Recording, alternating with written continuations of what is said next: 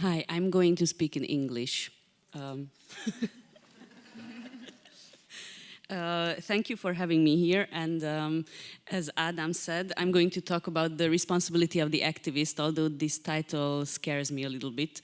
It's going to be a very subjective presentation, and it's on purpose, because I think the best way to learn from my experiences is to share with you my experiences and my subjective, I don't know, position in the world. So first I would like to talk a little bit about my personal story, and then I would like to share with you some lessons that I have learned as an activist. And why I think it's important to know who is talking to you is because I'm not really familiar with theater, but as much as Adam explained to me, this gap theory that you are working with points to the complexity of the world and the different kinds of spheres of the world that you have to take into consideration to understand it and then to do something about it. And I think in order to understand the kinds of lessons that I learned, you have to understand who I am. So I come from a middle-class background in Hungary. My family has never had a lot of money, but we have always had a lot of what we call cultural capital. So we are very highly educated, and we are very deeply embedded in a social network. And this has been true for my family for generations and also for me. And for a long time, I didn't realize that this kind of upbringing brings a responsibility with it. But then I had a chance to learn this. And two other important aspects of my family that I think are kind of important to understand where I come from is that I come from a Jewish family and also a communist family. So a middle-class Jewish communist family, not necessarily the easiest context, but definitely one where you are forced to reflect on who you are and what your role is in the world. And the Jewish part of my family forced me to think about social justice a lot and the kinds of people who are declared the enemies of the state or the enemies of society and who they are and why they are defined as such. And the communist part of my family made me think about capitalism and economic relations and why there are people like me who live well and why there are people who live in really bad situations. And to this, you could add my training as an anthropologist, where I really learned which comes from my interest in people and the world, but also which gave me a very deep sense of reflection and analysis. So I'm trying to exist in the world, trying to understand myself in it and other people in it, and trying to understand the different perspectives of different people. And the way I became an activist is totally by accident. As an anthropologist in 2002, I started doing research because I was very interested in the idea of cleanliness or purity, how the social construction of cleanliness. My favorite anthropologist, Mary Douglas, has a book called Purity and Danger, where she talks a lot about how human societies use the idea of the clean to organize themselves and to create good people and bad people, forbidden things and sacred things. And as I was doing research on cleanliness, I found the topic of homelessness in Hungary, because in 2002, the mayor of Budapest launched a program where he declared that he would clean the public spaces of the city from homeless people, illegal vendors, and graffiti. And so as an anthropologist, I became interested in how these three categories came together as dirty, why homeless people are dirty and why the city needs to be cleaned of them, why graffiti, why illegal vendors. And then, so first it was a purely academic interest, but as I was doing research for more than 3 years about this, I became really angry because I realized that the city government is cleaning the city of homeless people who they categorize as dirty and undesirable because of me. They think that middle-class citizens, this is what middle-class citizens want. They don't want to see homeless people, and they want the city to get rid of them. So through this process, I became really angry and outraged, and this was the process where basically my own sense of citizenship woke up. Before that, I think I was just existing in the world as a person who just lived her life. But through this process, when I realized that I am being used to justify the exclusion and oppression of other people, this means that I have a responsibility for these people who are being punished basically in my name. And this was the point when I actually questioned this, what I have always learned in school, that the social scientist is an outsider and shouldn't intervene, but should just analyze and observe and explain. And this is when I became an activist from an anthropologist, and since then I have become, I consider myself as an activist anthropologist, somebody who is trying to understand the world, but through understanding also changing it. And then, because I was so angry with my own city government, I joined an activist group, which was called Men on the Street, and it was a very nice group. It was my political socialization there, but one really important aspect of the group was that it was fighting for the right to housing, but there were no homeless members in the group. It was all middle-class people trying to do something to change Hungarian society and to help homeless people. And then I think it was a really important point in my life, but it was only meant to be a learning phase, because after a while, I realized that what we were doing was really not doing anything to change the existing power relations. So homeless people were there on the street, they were still being kicked out, and there were middle-class people doing activism, writing their research papers about what they were doing, and networking and going to conferences and organizing events. But the relationship between homeless people and middle-class people, or homeless people or the city, didn't change just because I was doing something and I felt good about it. So then my whole world kind of turned around, and I realized, based on an experience in the US, that what we were doing was wrong, and that we have to totally change the way we work. And so we founded a new group, which is called The Cities for All, a Város Mindenki in Hungarian. And there, in this group, the whole idea of the group is that homeless people have to be homeless people and people who experience any kind of housing problems.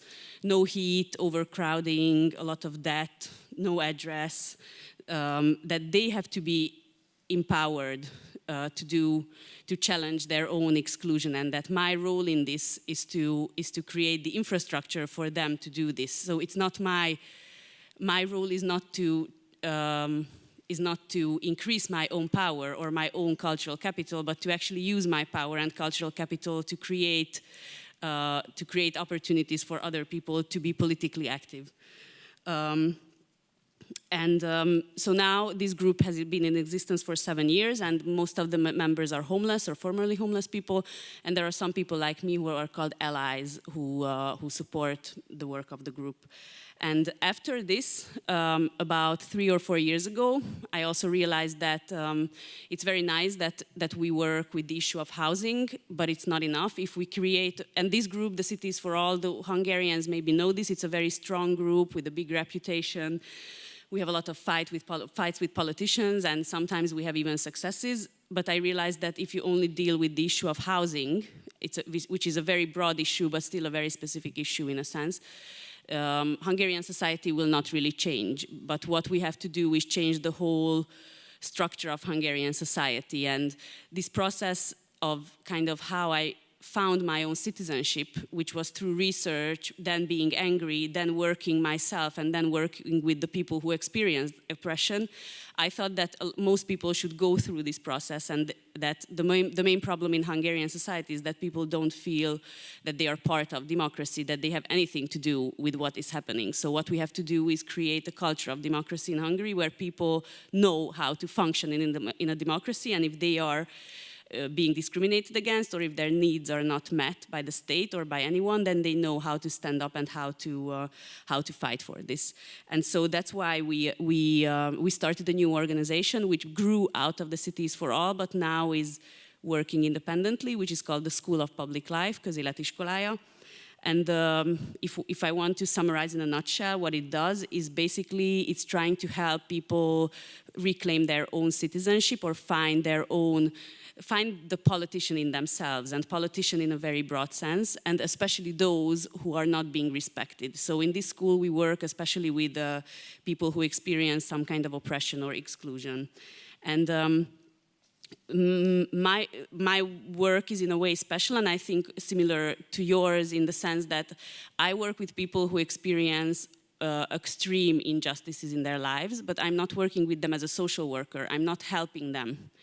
But we are working together in a political context for things that are important for both of us. So it's a very different kind of relationship. And it's a very different relationship where we try not to be hierarchical, where the person who has the more power to start with, myself, is dictating to the other person what they should do or helping them, but we are trying to do something together.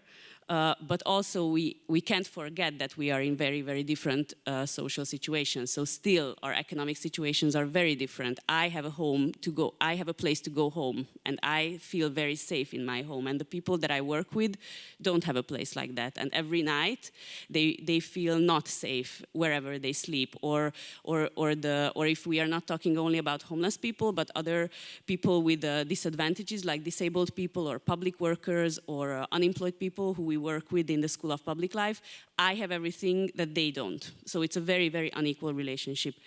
And this is why now I will go on to the lessons that I have learned through my activism. And this is why you need to understand that I work in a situation where there are extreme inequalities. And so most of my reflections are about this. The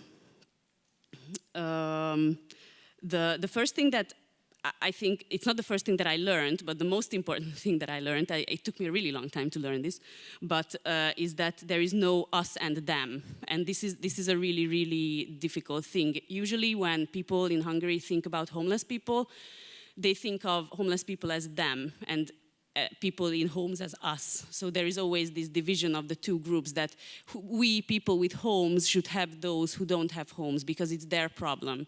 And one of the most important lessons that I have learned for myself is that it's not their problem, it's my problem too. That this is a common, a shared problem. And if I think about it this way, it will be much easier to first work and also to set goals or to have a vision about where we are going. And just for you to understand,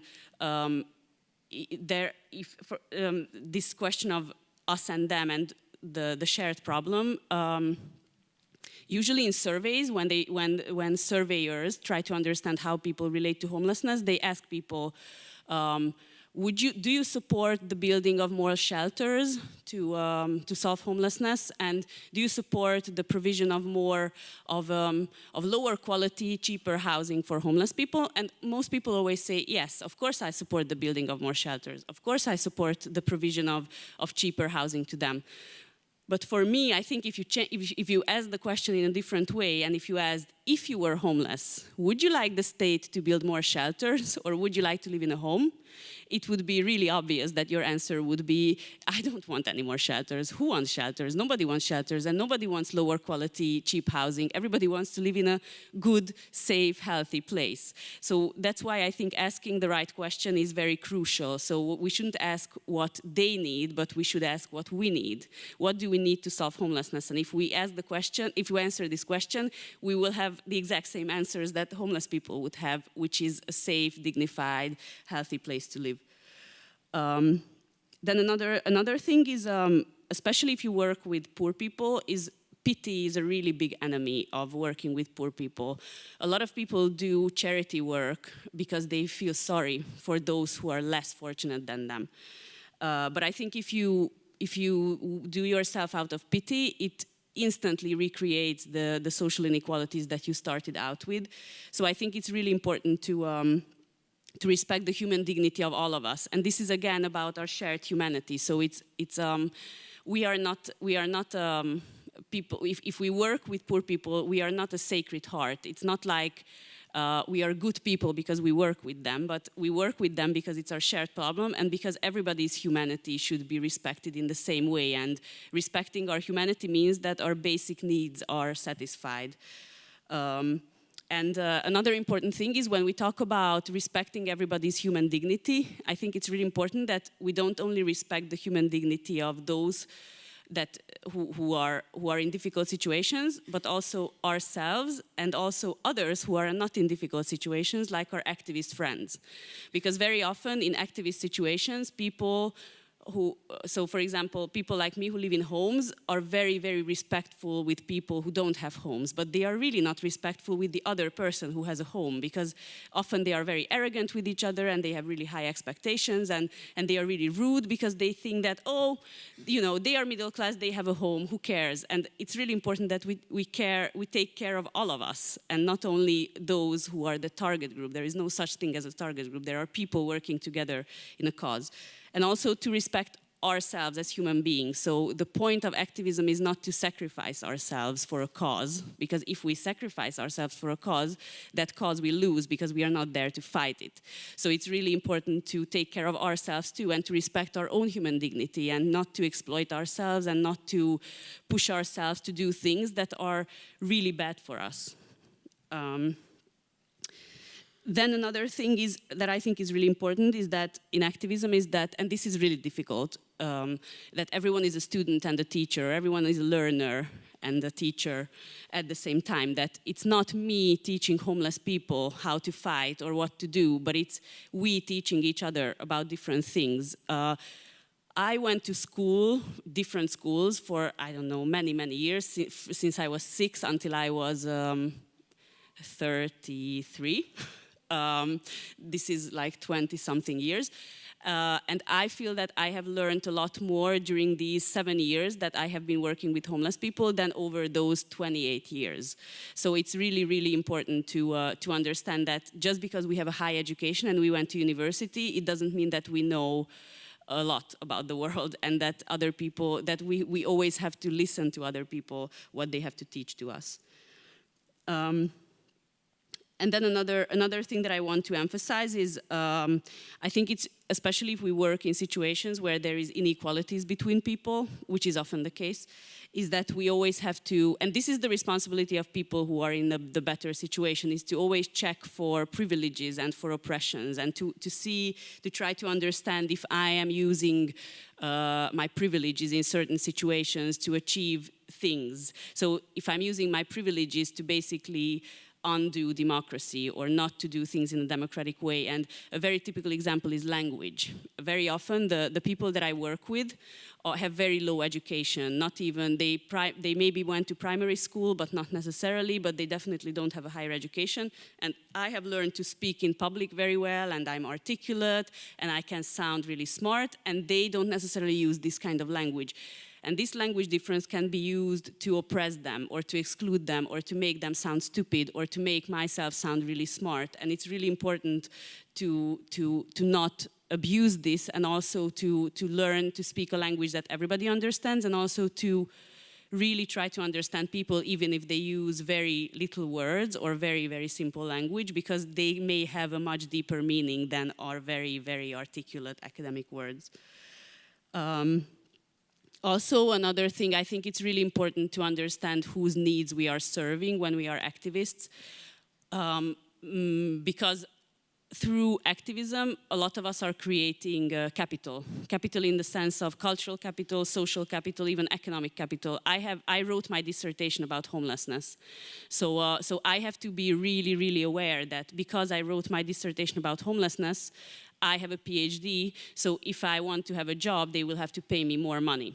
And so this is a very dangerous situation, because this may create the impression that I'm basically on the backs of homeless people creating my own social mobility.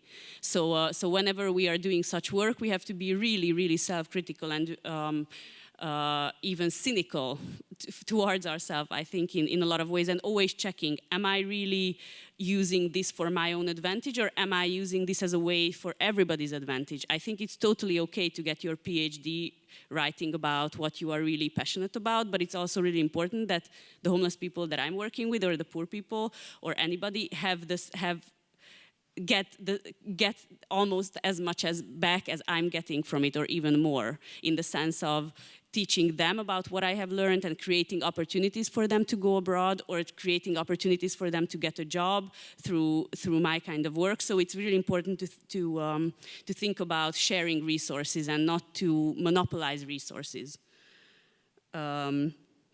And this is true for every situation. I think if you are working with people who are very different from your social class, the sharing of resources, and when we talk about resources, we really talk about all of them. Economic, in the sense of, okay, so did I get this job because I'm working with homeless people, so now it's my responsibility to create jobs for homeless people? Or did I get my did I get to present in a conference because I'm working with homeless people? So now I have to think about how they are going to present in conferences and get the presentation fee for what we have done together. So it's really important to always think about this and to even create rules or principles about how we can share these resources, so that, and the whole point of this work, and this is where I'm going to finish, is that the whole point is not to reproduce the social inequalities and hierarchies that we started out with. If it only serves us, who were already more fortunate to begin with,